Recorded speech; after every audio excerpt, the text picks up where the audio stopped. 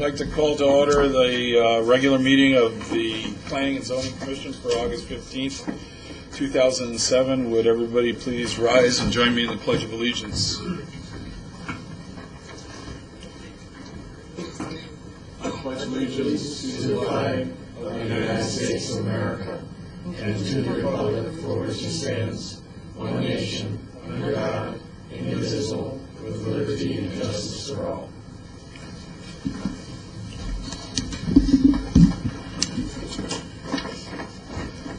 Okay.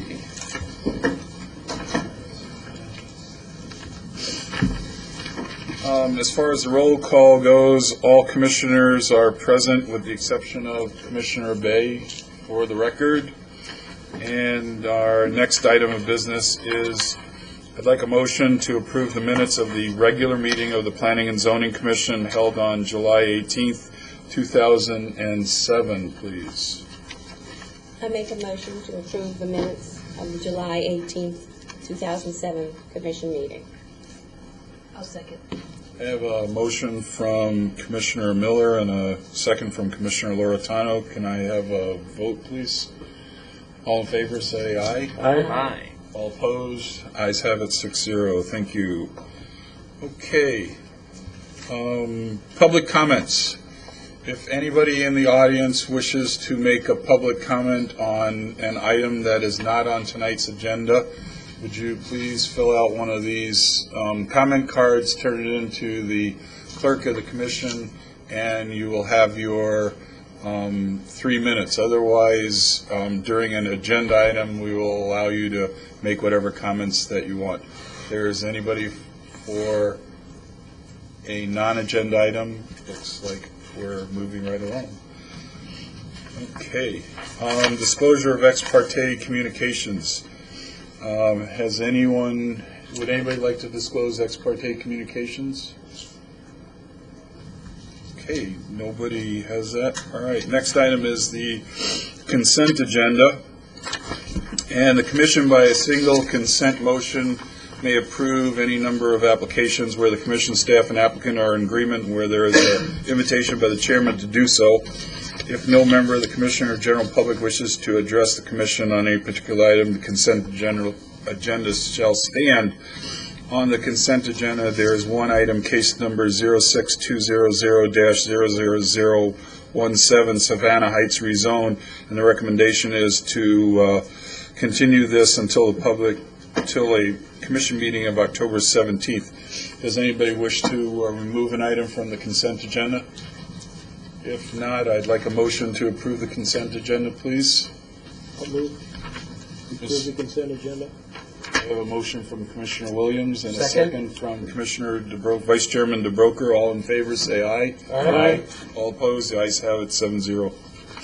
New business.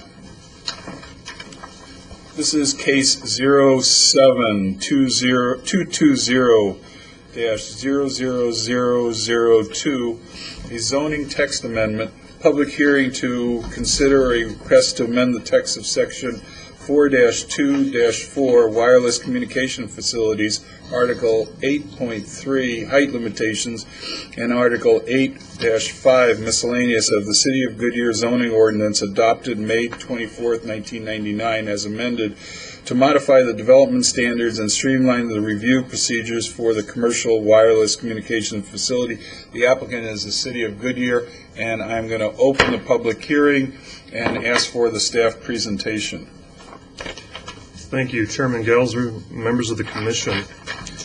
As you mentioned, Mr. Chairman, this particular zoning text amendment focuses on what we refer to as the wireless communications ordinance, particularly section 4-2-4 in the zoning ordinance. And before I talk about the details of the amendment, I just wanted to stress that we're not taking anything away. We're not adding anything to the current zoning ordinance. If anything, we're minimizing it to kind of streamline the review process for wireless communication facilities and the special use permit and site plan review requests that come in. So having said that, just wanted to mention some of the, just highlight some of the current provisions in the ordinance and what we are doing to amend some of those provisions. First of all, Section 4-2-4, and particularly Sections A and B, the site plan, or the ordinance currently requires that all wireless communication facilities, regardless of whether or not it requires a use permit or not, be reviewed administratively through a site plan review process.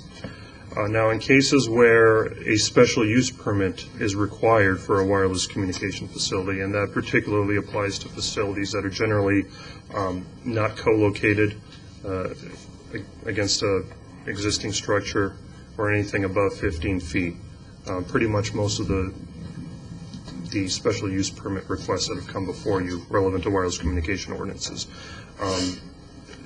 they require a site plan review following special use permit approval. Because a site plan is typically required with a special use permit application, we believe that a site plan review that would follow may be a little redundant. So what we are proposing, one of the things that we're proposing with this amendment is that when a site plan comes in with a special use permit request, that site plan be considered a preliminary development plan for the wireless communication, for the proposed wireless communication facilities. Once it goes through Planning and Zoning Commission and City Council and is approved, that preliminary development plan becomes a site plan. Now, if there's any stipulations, any additional stipulations that the Commission or Council suggests, it is staff's responsibility to make sure that those stipulations are reflected on the site plan. So we're basically streamlining the process by not requiring a formal site plan submittal after the special use permit has been approved. One of the other things that we're changing, that we're proposing to change, is Section 4-2-4C, which addresses height restrictions for wireless communications facilities, depending on what zoning district the proposed facility would be located.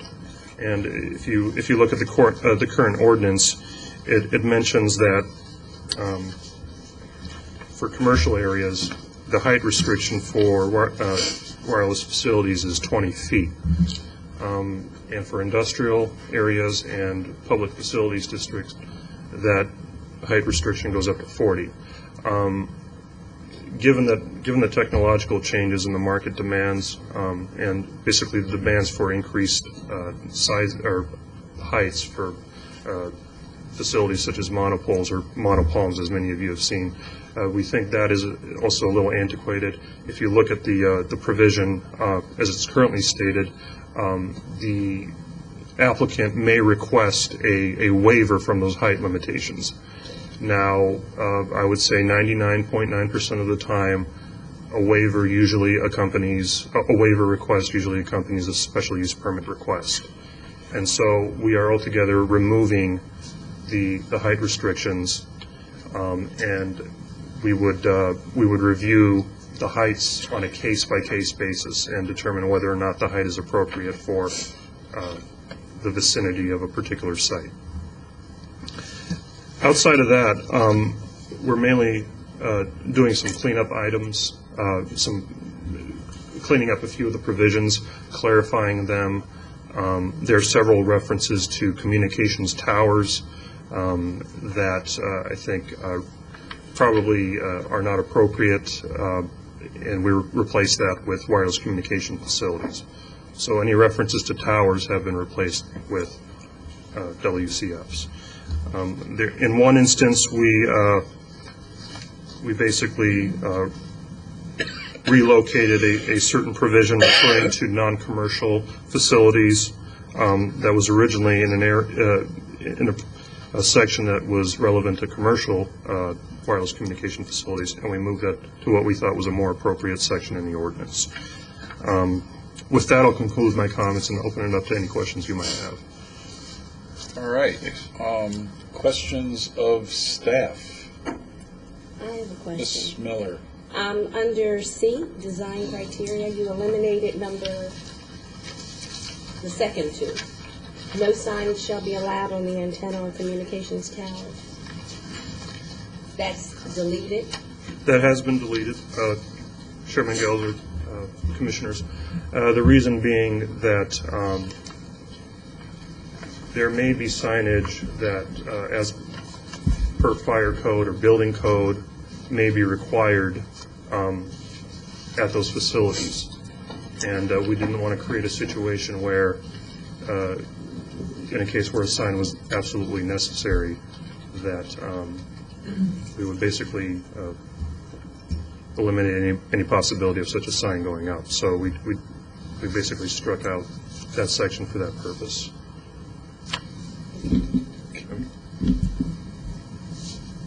I have a follow-up to Ms. Miller's question, but Sure.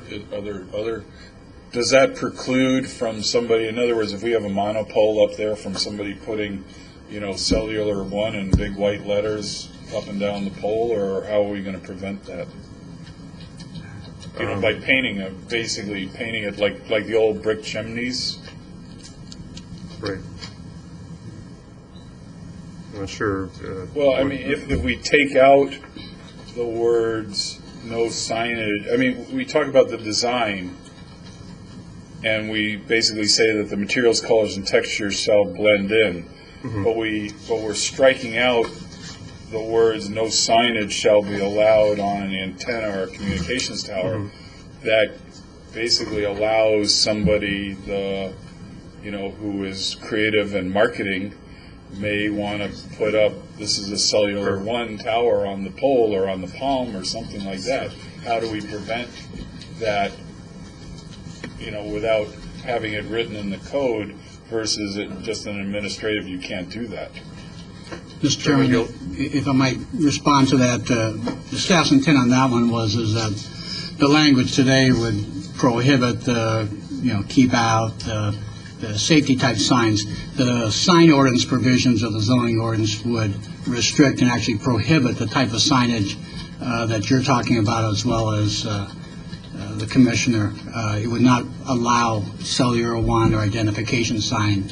It's not a building, it's not a business, there's no identification that would be allowed by the type of commercial signage you're talking about.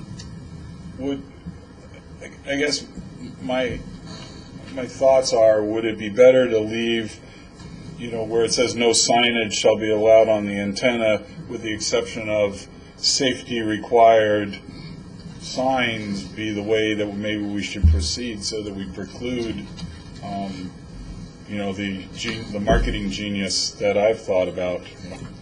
Chairman, I think that's a good suggestion. Let's look at that, and if you like, if it's Commission desire to, in your action on this, to stipulate that change, that'd be fine. If not, we will make that change and adjustment before we go to council. Does Ms. Loretano? I just say no commercial signage. Yeah. That works. Some language that clarifies that you can allow signs that are necessarily to identify, safety and other procedures, but not commercial signage. Is that the Commission's desire, without a formal action, that we allow staff to do this, assuming we pass this on before it comes to council? Is that okay with you? I'm fine with that. Everybody? Okay. Any other questions for staff? Any public comments? No public comments. I'm going to close the public hearing.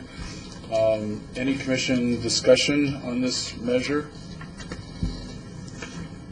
In that case, I will call for a motion to approve the case 07-220-000-002 zoning text amendment as read by the chairman. So moved, Mr. Chair. I'll second.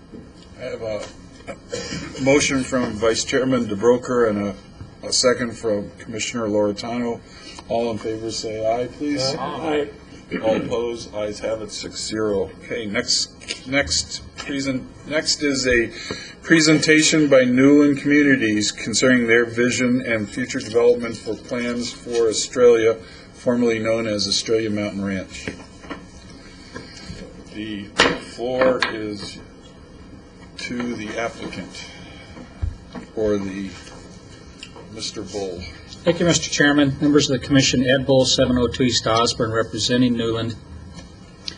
As several of you know on the Commission, Newland and others worked closely with the Council, your Commission, staff, and several neighbors over the course of 2006 and early 2007 on what we referred to as the Circulation General Plan Amendment that had to do with the 303 and various arterial alignments in southern Goodyear.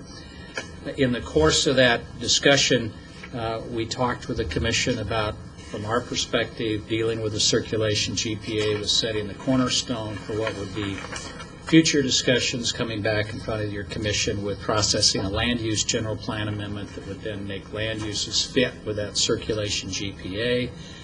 The Commission said essentially that's great. We look forward to seeing that in 2007. And by the way, while you're doing that, why don't you come back in and talk with the Commission about bigger picture visioning for Estrella as well. And we said that's a good idea. We'd be happy to do that.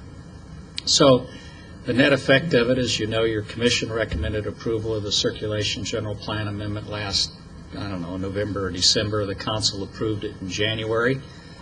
Newland and their consultants have been busy working with staff and others on their General Plan Amendment for the land use, which is, I think, item 10 on your agenda tonight. And as well, Newland has continued to work with their various consultants on the visioning process and would like to discuss visioning and then ultimately the general plan amendment with you tonight. A couple people here with me that I want to defer to for all of the details in the presentation. I think many of you have met, maybe all of you before have met Chuck Kubat, who is Newland's Senior Planning and Design Advisor. And I think all of you, or at least most all of you, probably know Kevin Kugler. Unless you have particular questions of me as to how we got to where we are tonight, I'd like to turn it over to Chuck and Kevin to talk about the visioning, and we'll all do our best to answer any questions you may have. Welcome. Thank you, and okay, we have it. We are up and running. Mr. Chairman and members of the Commission, it's a pleasure to be here tonight, and I've been before you before and had a chance to speak a little bit with some members of the Commission and the Council in the past, a little bit informally about some of the ideas that we've had and that we'll be sharing with you tonight, but we're bringing forward additional thoughts as well. Kevin and I will share the presentation a little bit tonight. I'm going to give the beginning part of it and a good bit of it, and as we zero in on to our general plan amendment submittal specifically and that portion of Estrella, then Kevin will talk in more detail about that. In particular, we wanted to talk a little bit about the bigger vision of Estrella because it's the context for the general plan amendment that we brought before you, and simply submitting the general plan amendment as we have, you only get a portion of the picture. And so we thought it would be helpful to you, and hopefully it will be, to go into a little bit bigger ideas tonight and see how some of the parts fit together. We've worked on this over the past year to year and a half with staff. They've shared in a lot of this in different ways in the past, and we had as recently as, I believe, July 31st, a work session with staff as well, where we could present some of the same information basically and answer a lot of questions and so on with them. So with that, assuming that I know how that this proceeds, we'll kick it off. And I think the starting point for any kind of larger thinking about Estrella, it's a large piece of property, 20,000 acres, and sits in a very interesting place in a region, which I'll discuss in a minute. But to begin that process of planning for that large an area, we really needed to think about what guiding principles were going to lead us and inform us as we move forward. And one of the first ones of those really was to think regionally. Because of the nature of the area that we found ourselves in, and I'll share a little bit of that in a moment, we decided that it was extremely important not to think about this purely on the basis of just the boundary line, property line that we happen to own, but to think about it in terms of a larger context.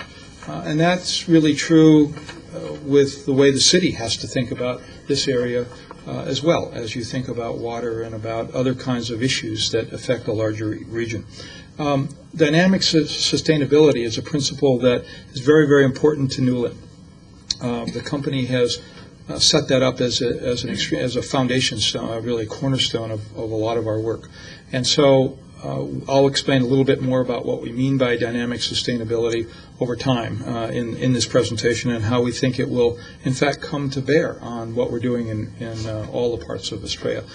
Strategic employment initiatives are something that's important because we believe that Estrella needs to be a place to live, work, and play. And right now, you have limited jobs, and that's something that's important to Newland to eventually, over time, develop more and more jobs there, and so that it cuts down on commuting time. It provides really a full service and a full cycle community. Fourth, culture of well-being really is the thought that health and wellness goes beyond health care. It really goes to the spiritual, it goes to the cultural, that's important for us. And lastly, that education with a difference will drive us over time to continue to create as many opportunities for education as we can, high quality and variety of educational opportunities for our residents. I started with the region in our guiding principles, and I thought I'd just give you a little quick intro into that. This is about 100,000 feet in the air, much above an airplane flying over the Phoenix region, but I thought it'd be interesting to kind of give you a sense of where we are and the topography and so on. This is the Phoenix outline, and you see some of the major roadway systems there. This is where Goodyear sits, and I've eliminated some of the in-between communities that were in an earlier presentation, but Goodyear sits here, and this is the small-town ambience and big city amenities is the catch line and for Goodyear on the web. Then a couple of features. The Gila River certainly flows through this area, and the big mass to the left of Goodyear is obviously Buckeye. In addition to the river, Waterman Wash flows right through this area that you saw as Goodyear. And that's important, and you'll see how that's important in a little bit of the presentation. It's the major geographic feature that really runs through this whole entire area. In addition, as you start to layer on then the mountains, the Indian reservations, the regional park, and more importantly, perhaps, in the long run, the Sonoran Desert National Monument, you start to see some real constraints and surroundings, if you will, really edges that are created in this whole region. There's where Estrella sits in the midst of that, and south of the river and south of a portion of the mountain range. If we add to that then the state lands in blue that you see, that's another piece that obviously you're considering as well as a part of your workshop and your public outreach that you've just had. We decided that this area really did not have a lot of visibility as a region. So it has had various names for portions of it. So we decided to create a name for the region, called it Sonoran Desert Valley, basically after the national monument and so on, and it may change and change names over time, and in fact the city's already recognized this name, some in the GPA that it did south of Patterson. But we think that ultimately has an opportunity to have great visibility in the metropolitan area.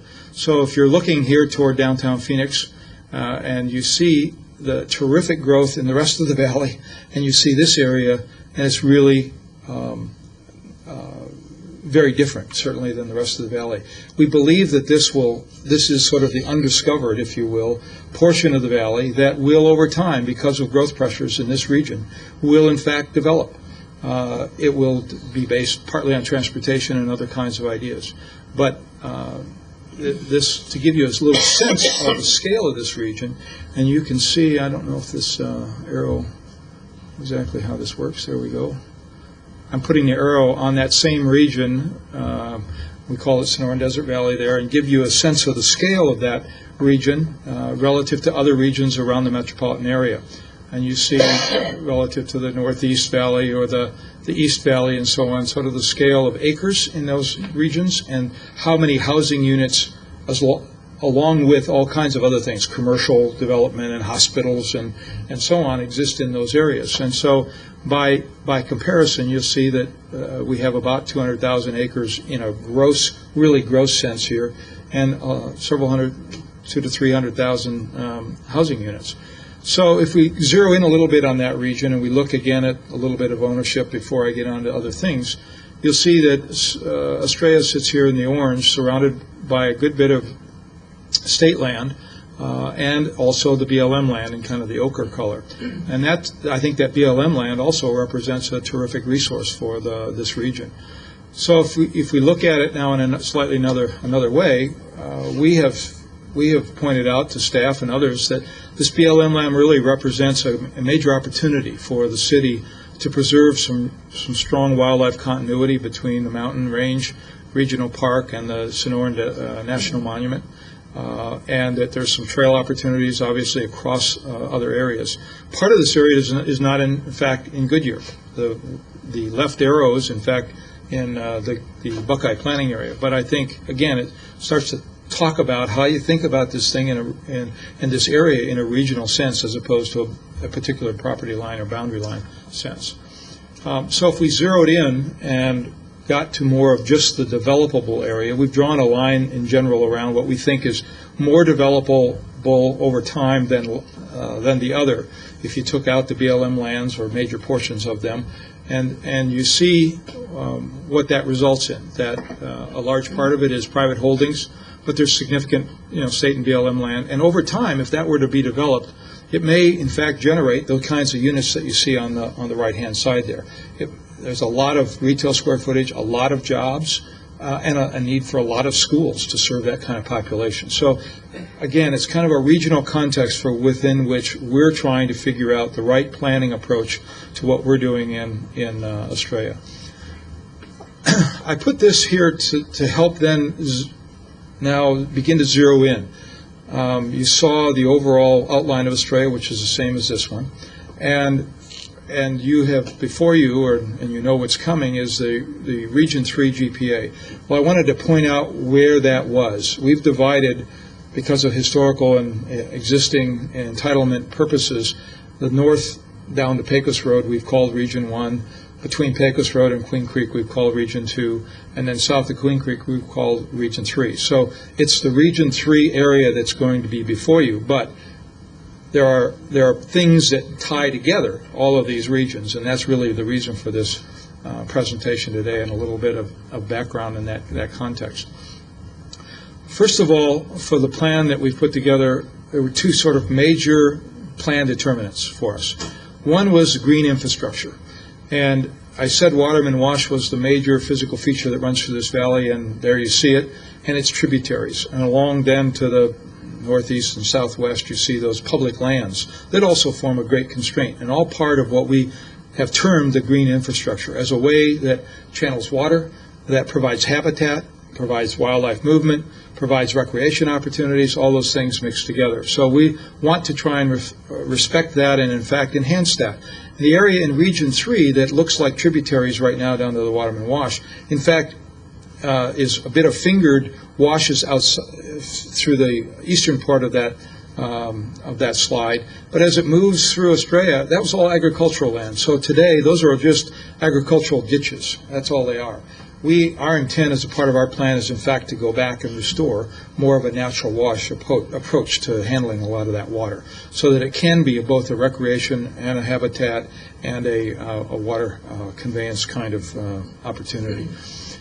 The second major determinant for the plan is really the transportation system, and Ed already referred to that, is that we discussed last year and was approved last year. And the major component of that, there were three major components in our view, as well as the more minor collectors and other arterial connections. The first was the 303. The idea that we would take the 303 instead of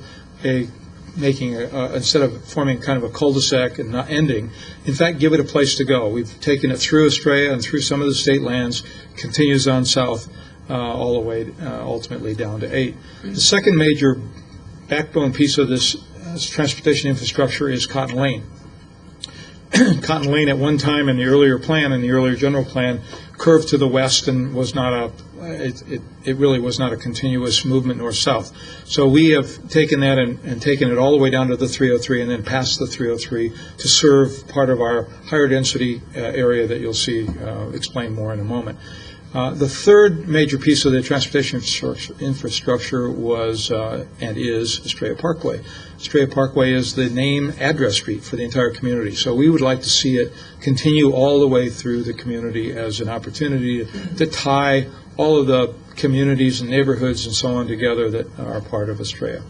And there was a reference, Chairman made a reference to Estrella that used to be Estrella Mountain Ranch. And I thought maybe I should clarify that as well, that we still have a portion of Estrella, the northern portion and the existing neighborhoods in the Lakes Village and the Gulf Village and so on are still the Estrella Mountain Ranch portion of Estrella. But we are having other communities that we're bringing online, Montecito, Province, and ultimately other communities in the planning, and those will be Montecito at Estrella, just like we have Mountain Ranch at Estrella as well. And so it was important for all the existing residents that bought into the Mountain Ranch name and so on that continued. But that's the background to the comment. We've then taken all of this transportation work and it's been applied. This is really reflective now of the city's transportation plan. All of the ideas that we had and working with staff have been incorporated, and it's now that system gets extended into the surrounding areas. And then zeroing down, again, this is Region 3. You can see the transportation network, as we've just shown it, as it applies now just to the Region 3 portion of Estrella. So you see where the 303 comes through, where Estrella Parkway is, Cotton Lane comes down, and then there's a part of this as well, which I'll get into in a moment, which is our mobility corridor, which we'll talk about briefly. Second, beside transportation, another important plan concept is our concept of building blocks for how do you build community, and it really starts with a neighborhood. And so neighborhoods can be in varying sizes, and we're going to be working towards some smaller neighborhoods as well as other sizes, so that they have central focuses that they can be. I think over time we're also going to work toward more variety of even builders within a neighborhood if we can do that. It really builds then into what we call a district or a community. That's probably been called a village before. It could still be called a village, but from our point of view, we'd like to move toward a bit more organic kind of naming system that reflects how a city grows, not how necessarily just a master plan community grows. Because in fact, this whole Sonoran Desert Valley will become over time more urban in its character. So the district and community is kind of the next level. Moving then to a community service corps, that really could be one district or several communities linked together, but the point is that it has services in it, that there's commercial, that there's some community services, there's office space, there's a number of things as well that make it a place that serves surrounding both neighborhoods and communities. And then lastly, the fourth level of that is our regional core, which we've given a name to, we've called it Goodyear Center Estrella, to try and differentiate it from what the city's already doing in the city center, Goodyear City Center. But we think that when you look at that whole region south of the mountains, that ultimately all of those 200,000 to 300,000 homes and all of the need for services, there will be a need for a city center-like place in the south as well. And so that's what we've proposed to occur in part of our property and probably in some parts on surrounding properties as well. To give you a kind of a location of that, here you see the community service corps located in Estrella and the regional core, Goodyear Center Estrella, also located. And the line through that large circle indicates the split between Region 2 and Region 3. So those land uses in that area are very much affected by the fact that the 303 is now coming through that area, and we need to adjust land uses, and we need to provide a plan that responds to those transportation changes that were approved earlier this year. I would also say that while we've focused in on Estrella for these community service corps, they will exist in other places as well, we think, in the region. We've just focused on those in our property. Another important plan concept for us is transportation beyond the car. And so you'll see sort of three levels of that here quickly described. The first level is to try to, over time, find a way to really encourage alternative vehicle use. So we've called that multiple electric vehicle options, as well as bicycle and pedestrian travel. And the multiple electric vehicle options you see really is the idea of electric golf cart almost type of vehicles. Over time, it may be that we're moving more quickly even than we think toward other kinds of electric vehicles that will in fact go on all kinds of public street systems. These vehicles, as you know from some of the earlier studies that you've even done here in Goodyear, travel on collector up to collector street, local and collector streets. They don't travel on arterial streets. There's a 35-mile-an-hour limit for a lot of these vehicles. So in order to provide north-south movement through Estrella, and not just because there's where we need the arterial, we've provided this maroon or red line that you see in the slide that we've called a mobility corridor, as another way for those vehicles to travel north-south and travel to some of these nodes of activities. And then you see the blue circles really imply that while there's more intensive use of electric vehicles probably in these concentrated nodes, people have a way to get there as well on local and collector streets. The second level of mobility beyond the car and the electric vehicle is transit. Transit's kind of organized into three steps as well. First of all, we have a regional bus rapid transit system that exists today on the major highways, and we would anticipate that on the 303 would be a similar kind of system, working and linking with a transit center in what we've called Goodyear Center Estrella. The second level of transit that we see happening is a community-level transit that we've called the Goodyear Center City Centers Trolley. The idea being that on the mobility corridor that we create and preserve as a part of our planning, we would have the opportunity over time to create a transit system of some kind, rubber tire probably, and something that can evolve. What you see there as the dotted line represents that location again on that mobility corridor, with stops every an appropriate amount of distance between them relative to headway. And we see that system being able to be expanded up to the north, all the way to 10 or beyond if it needed to be, again, in partnership with the city and or transit agencies and so on. It might be extended south, down to, we thought, down to the National Monument. Maybe it goes beyond that. That's really an evolution. So the way that would evolve, we think, is probably sort of three steps that I'm showing you here. First of all, we're going to reserve land in our planning for this kind of corridor.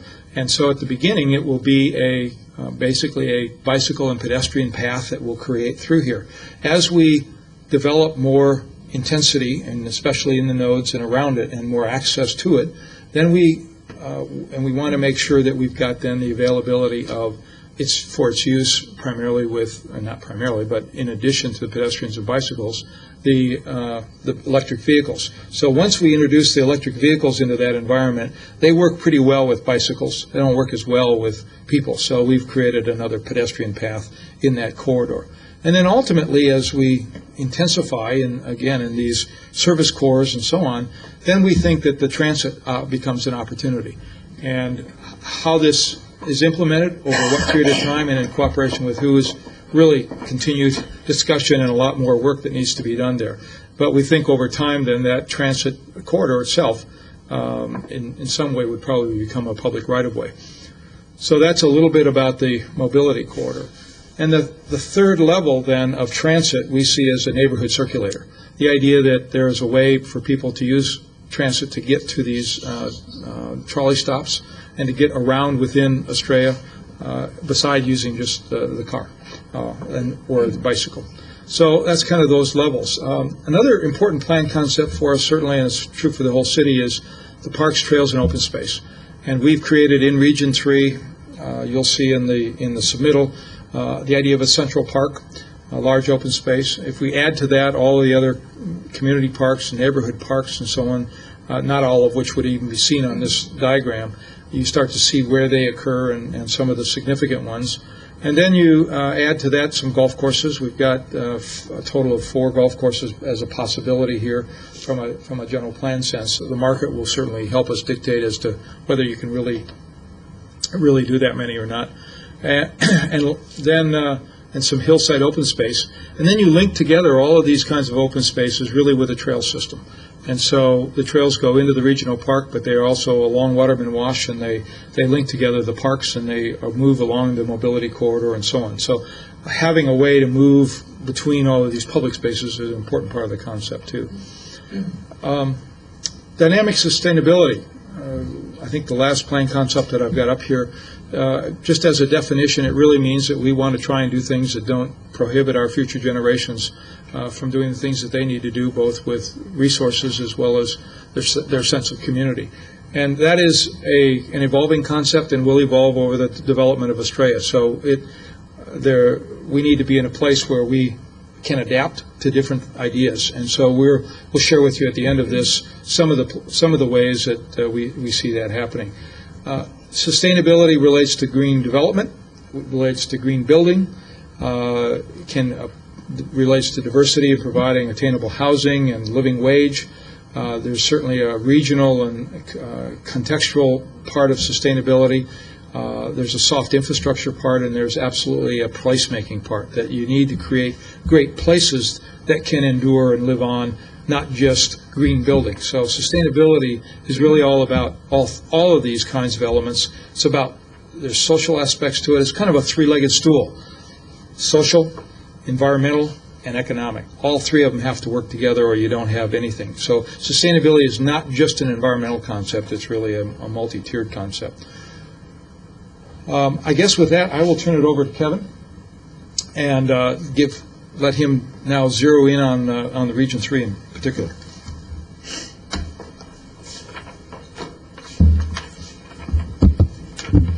Thank you, Chuck.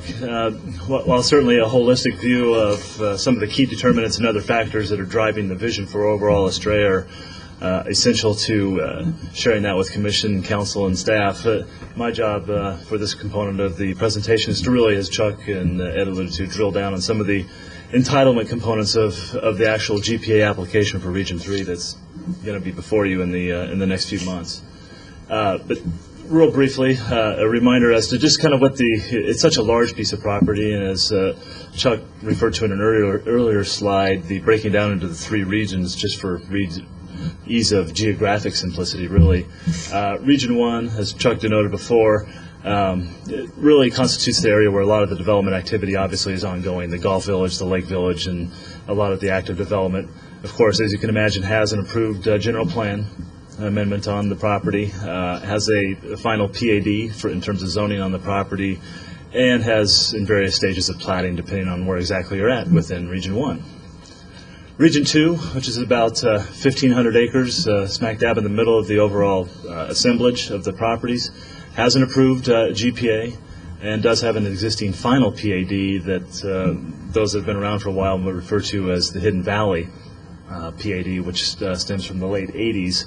That was approved as a final PAD portion of the overall PAD that includes the next section of what is now referred to as Region 3, which still maintains a preliminary PAD status, but was a component of the larger Hidden Valley PAD back in 1988. So, and some of the underpinnings with all that, as both Ed and Chuck had mentioned, is the nuances of the transportation or circulation framework study from last year are now driving the need to re-examine the value of the land uses in relationship to those transportation corridors.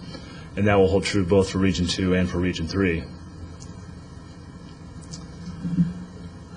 Simply with respect to Region 3, this map's a little difficult to digest, but what it is that it is a zoomed-in portion of the city's existing general plan, and in within the solid black boundary is the portion known as Region 3, which constitutes, by the way, about 7,850 acres of property. And as you can see, the existing plan that was adopted in 2003 that went through the series As part of the comprehensive citywide update with the series of 18 to 20 GPAC meetings over 18 to 20 months, this was the net result of the land use plan at that time. And without belaboring the existing plan, back to the point that it becomes somewhat non-functional with respect to the transportation and circulation changes that have occurred over the past year's general plan amendment. So with that, as we begin to have a new transportation framework to start building the land use vision from, this is simply put, the proposed land use plan for Region 3 that reflects the city's currently adopted general plan with respect to the land use categories, designations, and their corresponding colors, with the varying shades of yellow reflecting the different density categories of residential, the lighter yellow being the lowest, and as we progress to darker shades of yellow and then ultimately to the oranges and the browns represent the higher density categories. But without getting into all the details of the nuances of every single parcel, simply put, residential constitutes about 5,000 acres within that category or classification, and commercial and light industrial, or the employment land uses, are a little over about 570 acres, and parks, trails, and open spaces that put a lot of focus on the central park that Chuck referred to, some of the golf course, the washes, and of course focusing on Waterman Wash as the quintessential trail spine throughout the community. You're looking at over 1,300 acres of parks, trails, and open space as part of the land use plan. And as you'll notice as you're looking at the maps in front of you, you'll see that, as Chuck referred to, Estrella Parkway, Cotton Lane, and the mobility corridor that traverse through the balance of the site that provide the primary circulation access to serve the balance of land use activity within Region 3. How does that translate into the sheer numbers? I know it's a lot to digest, and I promise I'm not going to make you go through a test and all this, but that is simply put the breakdown of what we're talking about in terms of the land uses. As we progress forward and working with you all and staff in the upcoming months, we can get into more of a compare and contrast with respect to the existing general plan versus what the proposed plan is. But simply put, on the residential side of the equation, it's about a 17% reduction in the residential land uses that formerly comprise what is known as, now at least, as Region 3. And conversely, there's about a 13% increase in commercial and employment acreages as compared to what the previous plan held. So reducing residential acreages, increasing commercial acreages, and certainly last but not least is the emphasis, as Chuck pointed out, is on the parks, trails, and open spaces. We're going from about a 350-acre amount of properties that were dedicated in the old general plan for parks and open spaces to a whopping 1,300 acres. So it's about a 280% increase in the level of commitment to parks, trails, and open space. And as Chuck pointed out, that doesn't really begin to articulate the local parks that will begin to spring forth through the future plating processes. So important to point out those numbers. And with respect to the dwelling units, that's something that a lot of people tend to want to focus on, particularly at a general plan level. As you commissioners, of course, know, in the existing general plan, there's focus on a baseline as a target density within each respect category. So what we tried to articulate, just simply put in this slide, was what that density range of possibilities may be within that category, identifying those prescribed land uses at the general plan level, and then coming back and working with staff and you all at the zoning level to really start to drill down and ascertain what the precise, if that's the proper word to use, level of density or dwelling units should be for the property. But what this chart is trying to articulate is what that range may be. Anywhere on the low side of 21,000 dwelling units to on the high side of 41 when you look at the minimum and maximum of each of the residential categories. At the end of the day, where is Newland going to land at, or desire to land at? Somewhere probably at the midpoint that we think will be justified through the amenity packages that we'll be demonstrating to you all through not only the GPA, but perhaps more importantly in the PAD process. So somewhat over the midpoint in about the 33,000 dwelling unit range is what Newland's desire would be. Turn it back over to Chuck. Thanks, Kevin. This is kind of a continuation of that slide, and I particularly put this in because we had some questions at the staff level, especially from your public safety staff, about how does the public and quasi-public land breakdown work. And so here, on the previous slide, you saw a total for public and quasi-public uses of 400, and I believe that's 86 acres. And here's the breakdown of that. We've set aside land on the basis of kind of these numbers. For some civic uses, we have a university campus that we've set aside some land in there for. Certainly a lot of the land is for schools, high school, one high school and 7 to 8 elementary schools, 6 to 7 elementary schools, based on ultimately student generation and how many homes and so on they will be served, need to serve. And then public, specifically public facilities, public safety, fire station with police in some cases not, water treatment and other things. There's 128 acres there that are set aside for that. And to try and answer the questions of staff in the past, I sort of put the comment in at the beginning that the specific number and the location of these is really going to evolve, and so we're continue to be committed to identifying those sites that are consistent with both the city's planning for these facilities, which it's ongoing, as well as past development agreements and agreements with the city, as well as future ones that we'll be negotiating, obviously, on this Region 3. So you get to see in the blue areas on the map some of those, the breakdown that we have. And it's important, though, to realize that as we develop the PADs for each of these areas, those are probably going to shift around as we determine with the school district exactly where that school needs to be. We think these are pretty good placeholder locations, but they certainly aren't the final location. And then I thought I would drill down just for a minute before I end and give you an idea of some of the initiatives that we have in our thinking about that relate to sustainability, because it's a pretty big category. It's an important one. I think that if you haven't heard a lot about it, you'll hear more and more. I think it's a kind of a freight train running down, coming down the track behind us, to use an analogy and a reference that Chairman Gelser will understand. But it's coming for us very quickly. I think around all across the country and across the planet, we're going to be more and more attuned to this. Well, we have a number of initiatives, the first one being that we would really like to make Estrella a showcase for green building in the valley. And we are right now in the process of developing green building standards for our builders. This is a very tough time economically for our builders, so we're trying to get the things in place as the market comes back, which we know it will. Then there will be an opportunity to implement more and more of those kinds of things with our builders. Also, we're exploring right now a whole waste conversion, construction waste recycling and diversion program. We've got someone working on that to try and figure a way to do that better. There's a lot of construction waste that's accumulated, and I think we need to do a better job collectively with that. Well, for everything that Newland is doing in these kinds of areas, I think that there's a role for Goodyear, likewise. And so, for example, on the green building side, as we prove out what can be done, obviously we'd love to have our builders have a level playing field, and to work with Goodyear and finding a way that is important for all the builders, and perhaps if not in all of Goodyear, at least for the Sonoran Desert Valley. Because I think the city has an opportunity to make the kind of development that occurs in that whole region different than you've experienced in a lot of other parts of the Phoenix Valley. And so that's really the intent here. Another vision idea is reducing our per capita potable water use below current ADWR standards.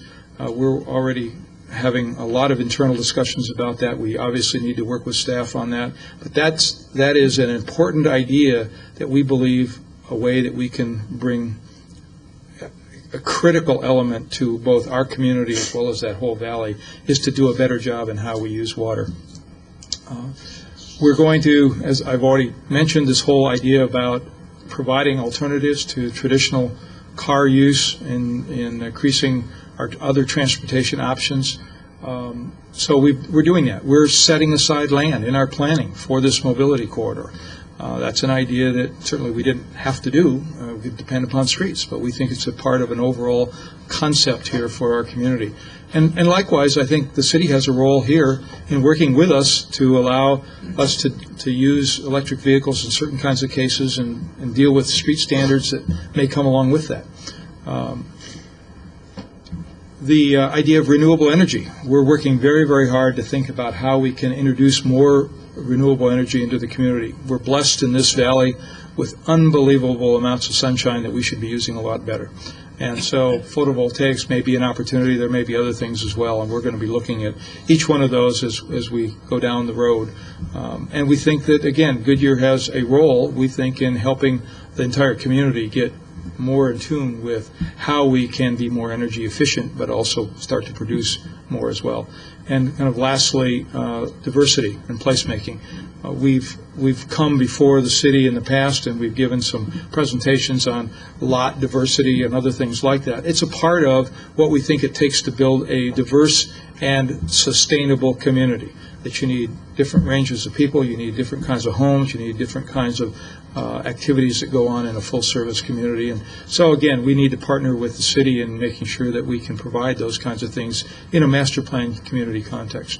So, to sum up, for right now, we just like the city and you as commissioners, as you think about our regional GPA, to continue to help us and others think regionally in this whole region of the Sonoran Desert Valley, to really look at transportation in a holistic way, to think about sustainability and how you can partner with us in different steps in that direction, and help us implement the community structure that I talked about, all the way up to the concept of Goodyear Center Estrella. And keep in mind through all this that what's before you in terms of Region 3 is really just one part of a whole larger set of ideas. So with that, thank you very much for your attention, and we'll be happy as a group to answer questions for you. Questions of the presenter, or do you want to wait until the general plan gets presented and we'll do all our questions at once on Australia? Questions? I was saying I prefer we did it all at one time. Okay.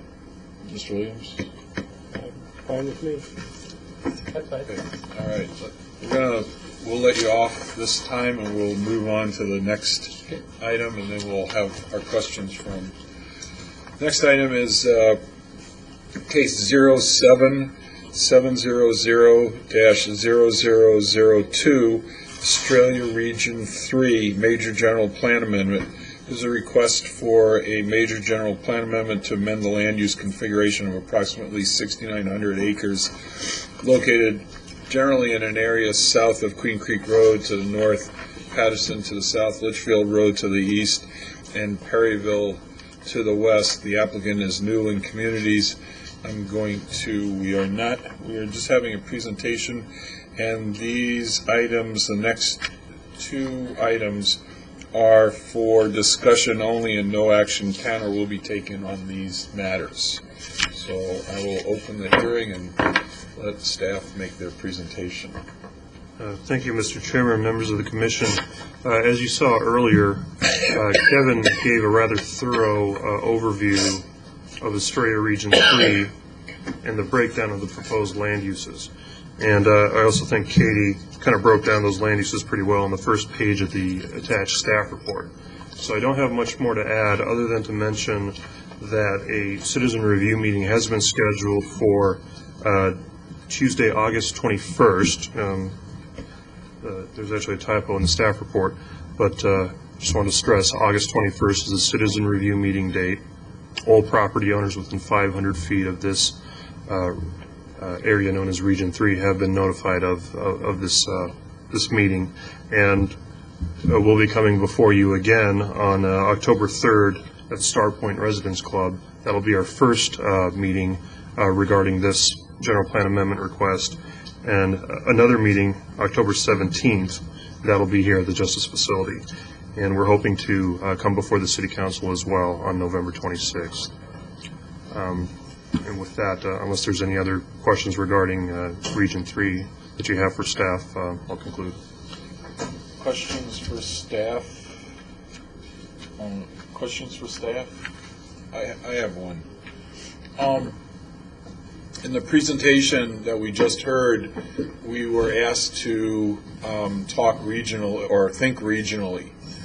And my concern is our notification system, where basically we go out 500, we draw a 500-foot buffer around Estrella's property and notify everybody that is within that buffer region, anybody who owns property in that area. Do we not think it would be better to compile a more regional list for this evolution so that we get all the input and nobody gets a surprise? I mean, I understand that's more work, but maybe Estrella can provide some names and comments on people. So if they want us to think regionally, I think we should notify the region that we're doing this. Mr. Chairman, that is a good idea. I will add, though, many of the properties that surround Region 3 are rather large, so they go out quite a bit from the boundaries of this particular region.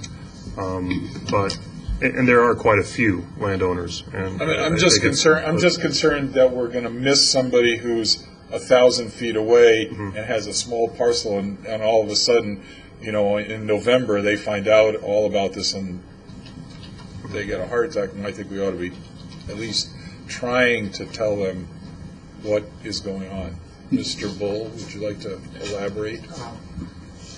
To the extent any of that concern may be with existing Estrella residents, there are annual HOA meetings, one of which took place last night and one of which is taking place tonight. And I obviously am not there tonight, wasn't there last night, but it's my understanding that part of this presentation is being made at both of those annual meetings, and part of the overall of the Region 3 GPA is being discussed at those annual meetings as well, to the extent that residents choose to attend and want to participate. Well, I guess what I'm really saying is I think the same, possibly the same list that we used for 303 for your general plan amendment to realign the 303 that we went through last spring, fall, whatever, I think we ought to be working with that kind of a notification, just kind of expand it out a little bit more, just to make sure that we're not missing anybody. That's my Mr. point. Chairman, I'll leave it at that. It's in any process you're going to miss somebody potentially, unless you actually send it to all the registered property owners. Beyond the 500-foot radius that Farhad indicated, there are mechanisms that the city utilizes in its general plan amendment process. Starting with the 60-day review process to all the agencies within the region, the other adjacent cities, the major utility companies, and all those parties. But also information on the city's website in regards to the applications, other notifications that we will do. We also had, obviously there's a number of individual large land holdings by other potential master developers. As you saw last year in Madera, we can certainly identify and provide specific notice to them, but it's going to be difficult to provide it to every property owner that might be there. Well, that's what I'm really getting at, is like some of these large parcels that we saw last year in general plan amendments or changes, we should make sure that they're involved. They see this, because if we're going to think regionally, they need to be involved in this process. Mr. Chairman, I would agree, and we will ensure that those large property owners that we've had continued communication with are aware of the schedule and the application. All right, thank you very much. Any other questions or requests of staff? Mr. Chairman, if I may? Yes. To clarify one point so we don't forget later on, subsequent to writing the staff report, the locations identified in the staff report for the Planning Commission hearings, October 3rd at the Star Point Residence Club and October 17th at this facility, have been reversed. Okay. We were going to tell you later, but just for the public standpoint, because of scheduling problems, the first public hearing will be at this facility, and the October 17th public hearing will be at the Star Point Residence Club. Thank you. Ms. Loretano. I just have a question on one of the maps. This one here? That would be exhibit, That's the next Oh, that's the case. next one, okay, then never mind. I was trying to figure out where something was there. Never mind. It's next door. Mr. Bull, do you want to make any comments, or do you want to come up and take questions? Or do you want to let Ed and Kevin take the questions of the commission? Collectively, we're happy to do whatever we can to answer whatever questions you may have. I will if I can, or Chuck or Kevin. We're here to answer them if you have them. Questions of the applicant? Questions? Anybody? Well, I won't let you get off totally free, but I only have a comment. As somebody who, and Kevin, it was 23 meetings for the general plan in 2003, and I was at 21 of those meetings, because I know. But what I do want to say is that I'm really glad to see that you are proactively working on this, because when we generally planned this area 5 years ago, it was late in the process, and it was, I won't say it was shoved down the city's throat, but it was basically presented as a fait accompli, and we kind of said, okay, it's 15 years out, and we're going to change it, we know this. And I'm very pleased to see what you're doing, and I think, this, it's starting to look a lot better than what we saw 5 years ago, and what we saw 5 years ago was better than what was in existence from the 80s. So I just want to commend you and take my shot as chairman to do that. Well, thank you, and all the credit goes to these guys and a legion of people that they work with, but we appreciate the compliment. Okay, if there's no other questions or comments from the commission or anybody, we're going to move. I'm going to close the hearing on this case, and I'm going to move on to case number 0770000003, the Arizona State Land Department Trust Lands Major General Plan Amendment. This is a request by the Major General Plan Amendment to amend plan uses on approximately 11,000 acres of state trust land located throughout the city of Goodyear's planning area. And the applicant is the city of Goodyear. And I will open the hearing. Thank you, Chairman Gelser, members of the Commission. This request is for a major general plan amendment, and this was initiated by the City of Goodyear on behalf of the Arizona State Land Department. The State Land Department currently administers approximately 11,000 acres of trust lands within this area. And to provide a brief background, on March 5th, 2007, the City Council approved a pre-annexation development agreement with the State Land Department. And this was to facilitate the annexation of the Sonoran Valley area.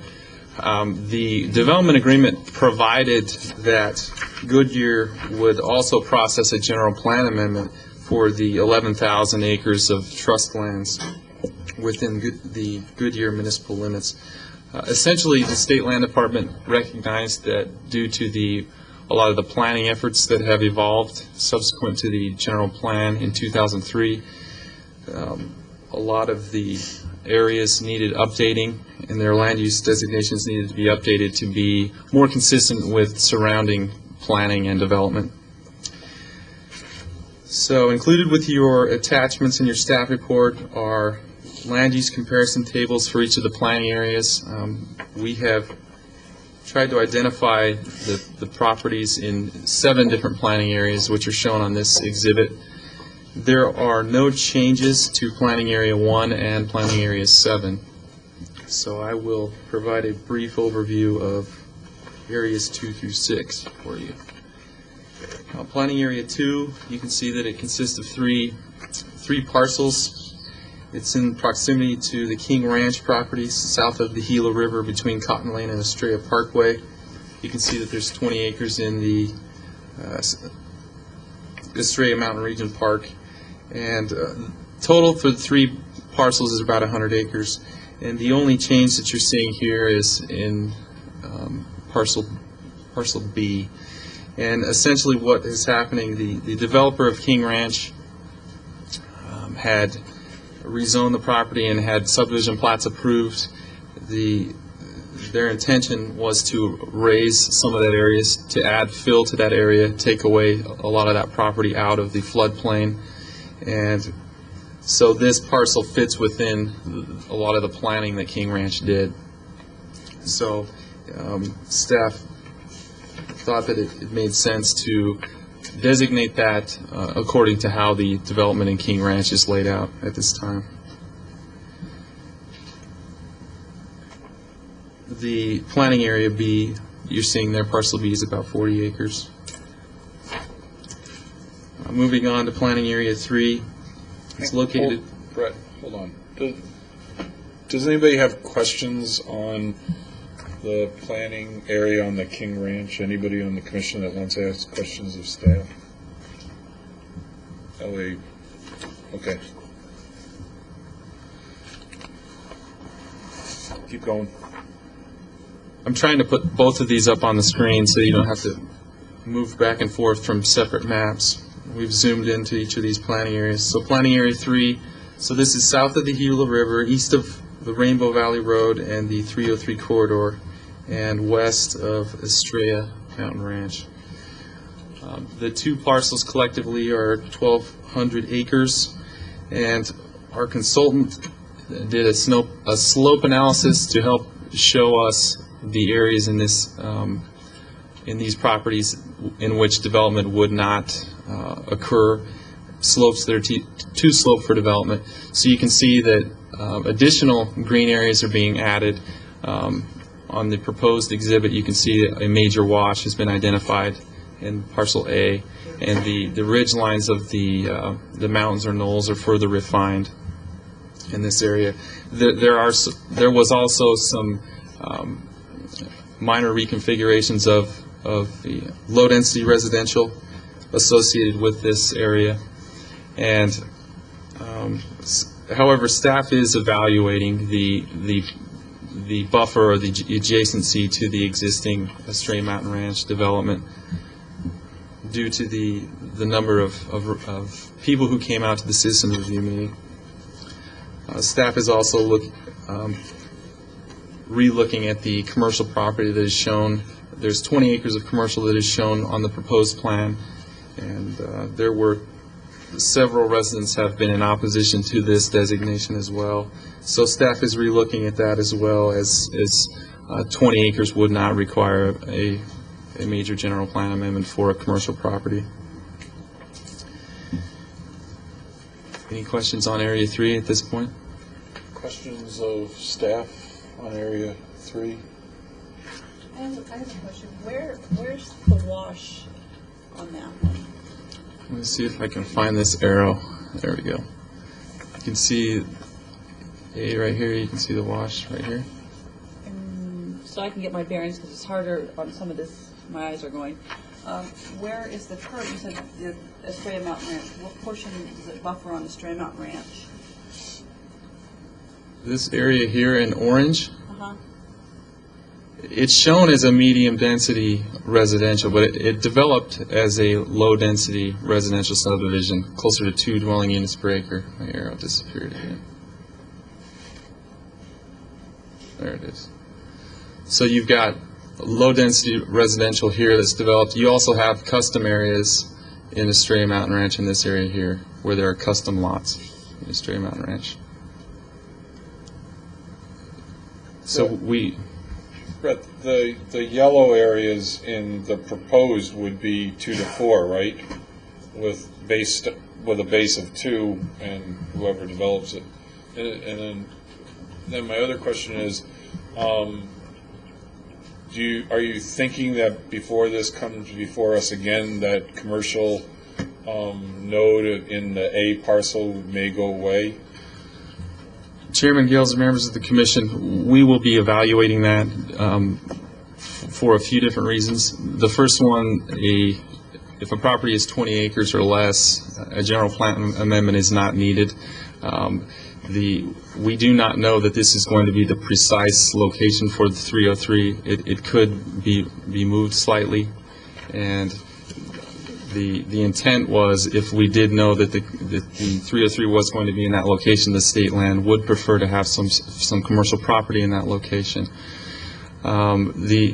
Associated with that, we met with a lot of the neighbors in Estrella Mountain Ranch, and they expressed some concern in these areas here, stating that they would prefer a lower density because there are some large lot custom homes in Estrella Mountain Ranch, and we visited the site and confirmed that it probably does make sense to provide a better buffer for for this area, because although it's shown as yellow, the actual development is very large lot development.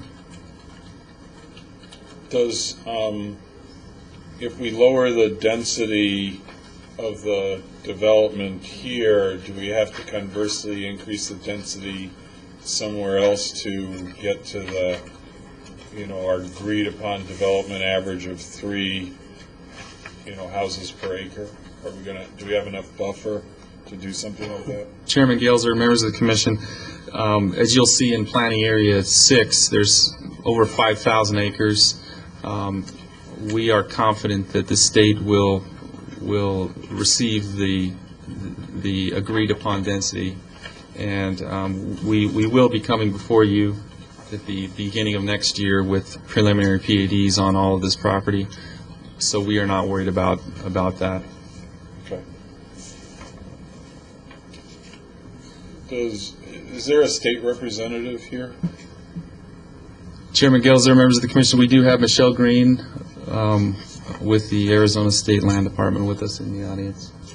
Do you want to make comments as each parcel is presented, or are you by making no comment, are you substantially agreeing with staff's presentation? Thank you. Moving along. Okay, planning area 4. 600 acres. This property is bordering the Estrella Mountain Ranch Master Plan Community to the north and east, Arnold Baker Farms to the south, and other private holdings to the west near Rainbow Valley Road. And Pecos Road serves as the property's northern boundary, Germain Road to the south. You can see here that staff has made a slight modification to the circulation plan to provide for better circulation, and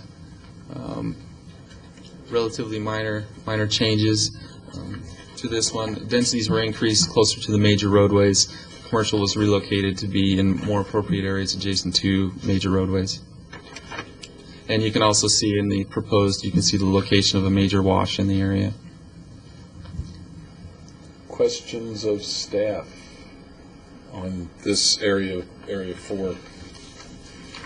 Mr. Williams? Yeah, there doesn't appear to be very much open space in Area 4, and one of the others, maybe Area 5, will there be more? Chairman Gailzer, Commissioner Williams, you are correct. The open space that you see on these exhibits will either be a slope that is too steep to develop on, or a major wash, or a power line corridor. We are not able to define park space on the state's property. When we get to the rezoning stage of this exercise, we will be forced to show park areas, but at this level, we do not have the ability to do that. So, with that being said, and that's by statute, right?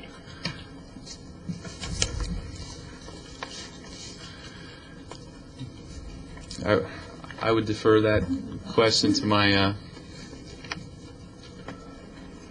An affirmative would work good. Well, the short answer might be yes, but what Brett is getting at is that when we get into the land planning a little bit more detailed in the preliminary PAD, that's when we'll know what percentage of open space. We'll get the circulation system down, be able to locate the open space. Right now, it's, well, it would be just hit and miss, a certain percentage based upon those densities that we finally agree on. So it's kind of premature to do it.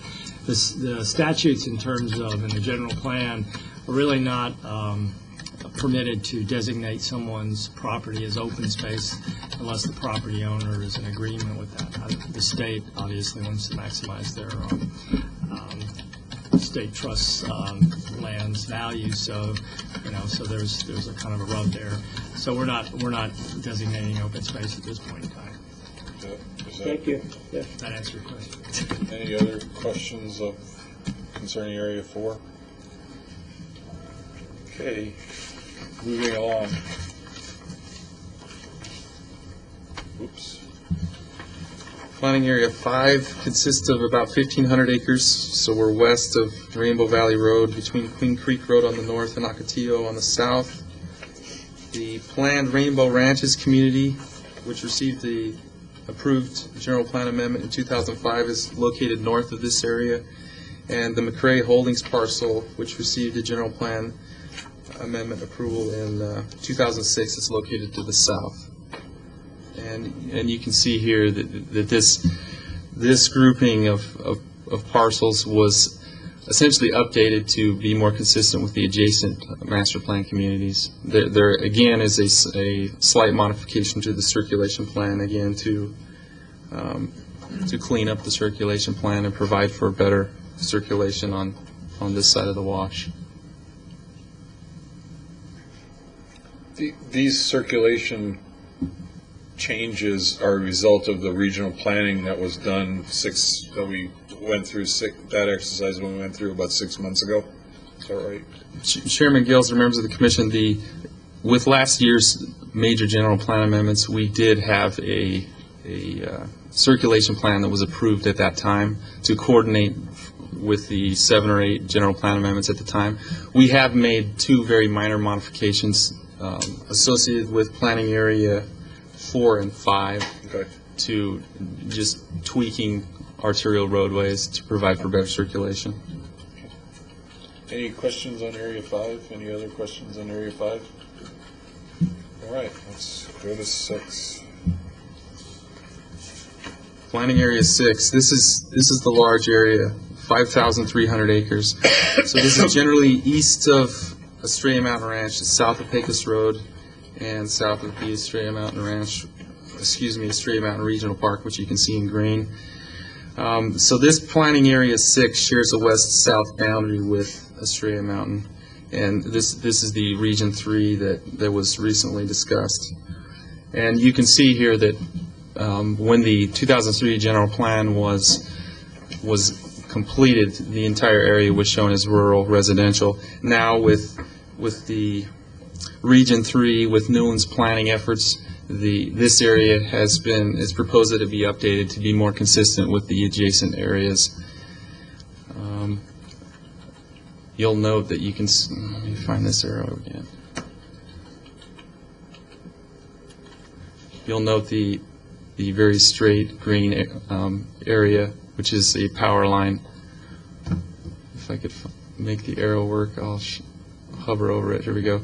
So you can see the power line area here. It then continues this way. The other 2 areas here, this is a wash here, major wash, again a major wash here as well.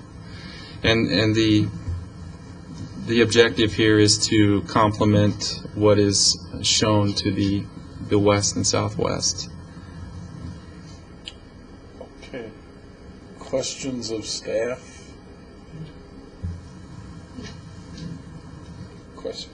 Would Newland like to comment on this plan at all, or this adjacent property, this plan, or move right along?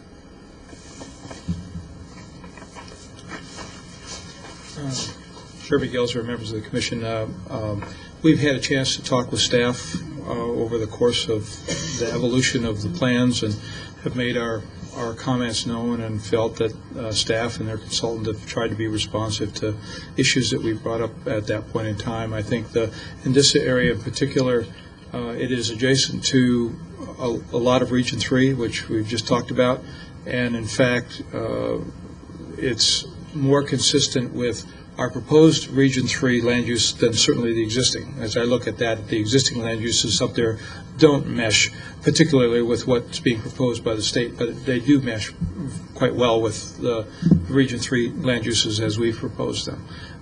So I think our comments all along on this particular area have been to try to make sure that we've got both the transportation and some of the open space connections that will allow this area to be planned in conjunction with and supportive of kind of a city center type environment where people can easily get to goods and services and so on in a more centralized area, so that you don't have the discontinuity and inability to get to a place where, in fact, we plan to develop those kinds of things.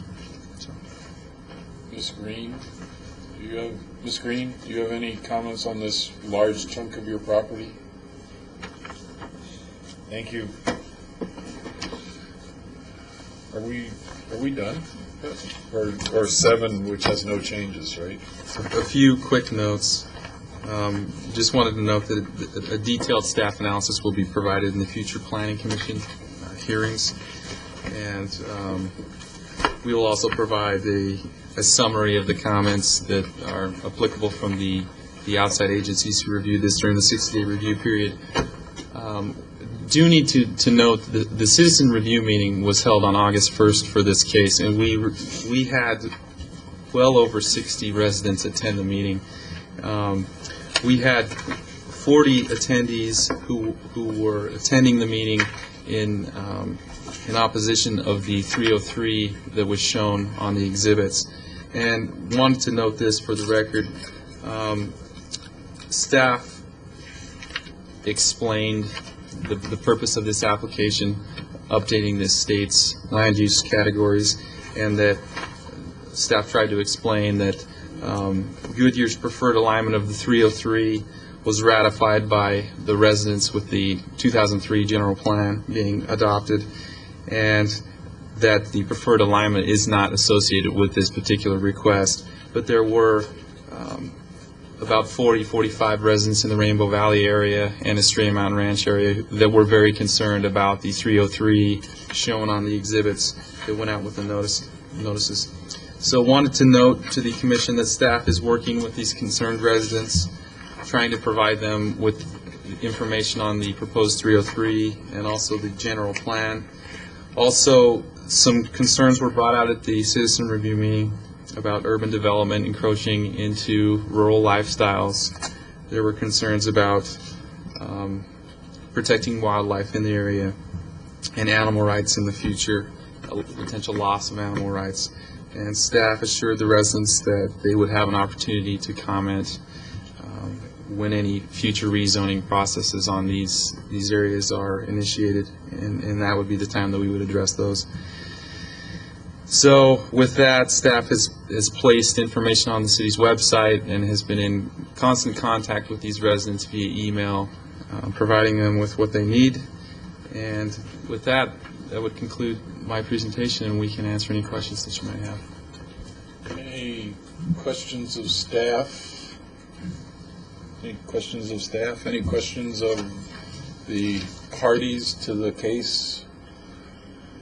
And on that note, I'm going to close this portion of our agenda and say thank you to everyone who came and presented and enlightened the Commission and enlightened the public, those of you who are watching at home. Okay, next item is staff communications, and I have a few questions, but I'll let staff start first. Yeah, really. Mr. Chairman, you mentioned it earlier. I thought I'd mention to the entire Commission about the change of hands for King Ranch that's changed ownerships recently. If you didn't see it in the newspaper, it was recently sold to Elman Companies, and they have been talking to us about the entitlement process, so they're not looking to break ground anytime soon. They'll be working on the entitlements for the next probably a couple of years. So just thought I'd mention that. The other thing is I'm anticipating the Butterfield landfill that's down in the Mobile area to be requesting annexation. And so I won't get into the details today, but it would be a pre-annexation agreement, it would be annexation, it would be zoning, and it'd be a use permit. And since I haven't, in my career, I've not really had, because I've worked mostly in cities, I've really never dealt too much with landfills. So we have an opportunity to go visit a landfill, the Butterfield landfill, on September 14th, and the applicant is willing to take us for a tour down there on Friday, September 14th, leaving at 7 a.m. from City Hall. Sorry about the time. Sorry, Leslie. 7 a.m. To about 12 noon. I don't know whether we'll be having lunch on top of the hill, but there might be lunch available for us. Did they not want it originally? That's correct. No, they want it. That's correct. Well, they didn't want it at that time. They wanted to do it on their time. Can we ask the commission, the secretary of the commission, to send out an email on this trip so we can RSVP and get it on our calendars? And they'll be renting a bus and picking us up at City Hall, and so we should be, they'll take all Friday morning. But I think we'll be getting into, finding out how it operates, because if we're dealing with a use permit, we need to understand the operational aspects of a landfill. And so I don't know too much about them. Let's see. Otherwise, we had interviews last week for the new planning manager position, so we're still working on that, and we're tentatively hope to have someone on board by September 10th. Commissioner, I know you've been Chairman's been out of town.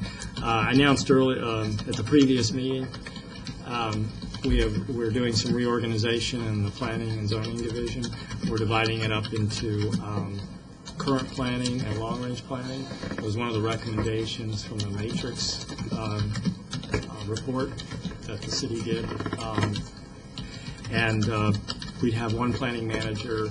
Bob would be over current planning, and several planners would be reporting to him. And then long-range planning would be would be assigned to the other planning manager, with a few planners reporting to that individual. So that was the reorganization that we had that's going on, and then we have two positions that will be dealing with that. Otherwise, I guess. Anything else?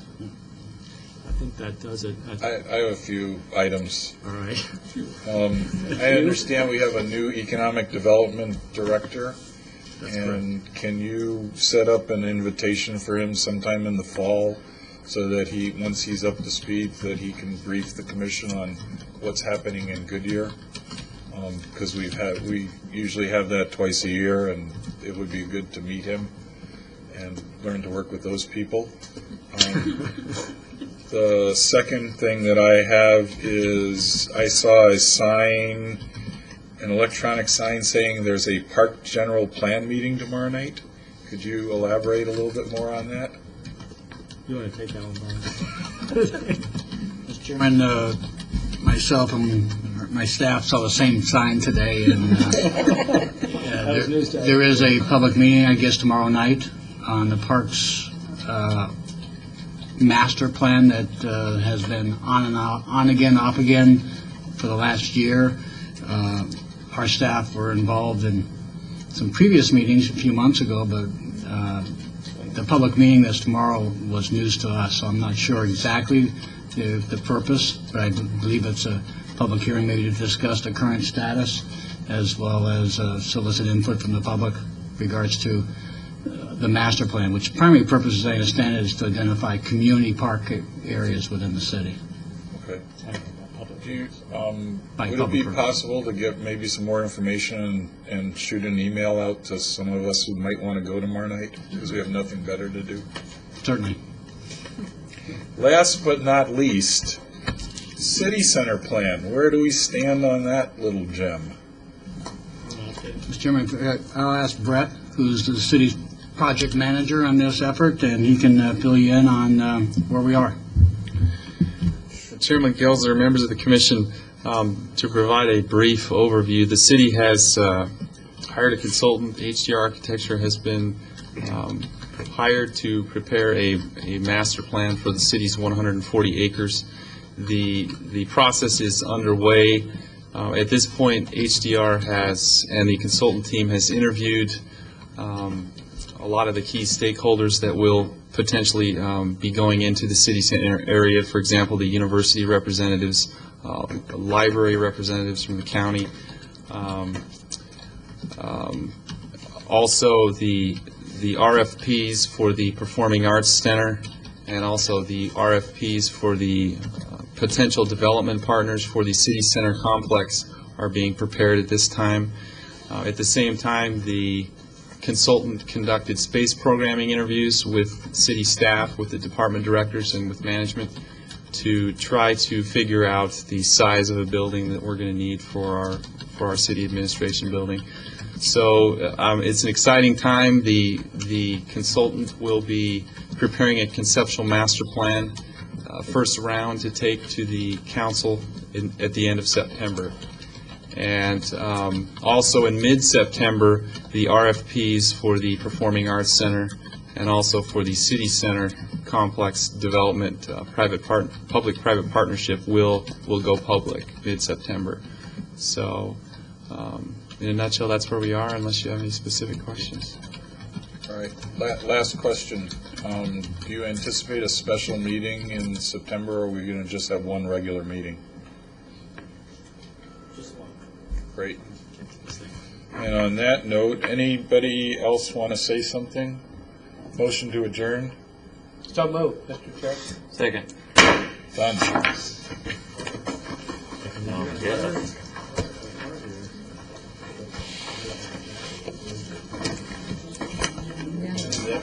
You can get that adjourned. Yeah.